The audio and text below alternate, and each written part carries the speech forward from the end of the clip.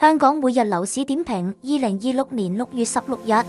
今星期又是新一輪的超級議息週，多國央行將於未來幾天決定息口走向，其中日本有機會今日公布加息，至美國聯儲局會議將於今星期四凌晨公布議息結果，市場預期將維持利率不變，本月新盤推售減少，不過發展商已開始為下半年新盤作部署。上水古洞北新發展商將成為下半年發展商主要戰場之一。繼恆地位於古洞香子路項目剛於上月獲批預售樓花同意書後，會德豐位於同區的項目亦已展開演銷，並將於日內公布項目命名。項目共分兩期發展，第一期提供457伙，第二期提供354伙，合共提供781伙。主打一房和兩房單位，另提供少量三房單位。項目將於明年第三季入伙。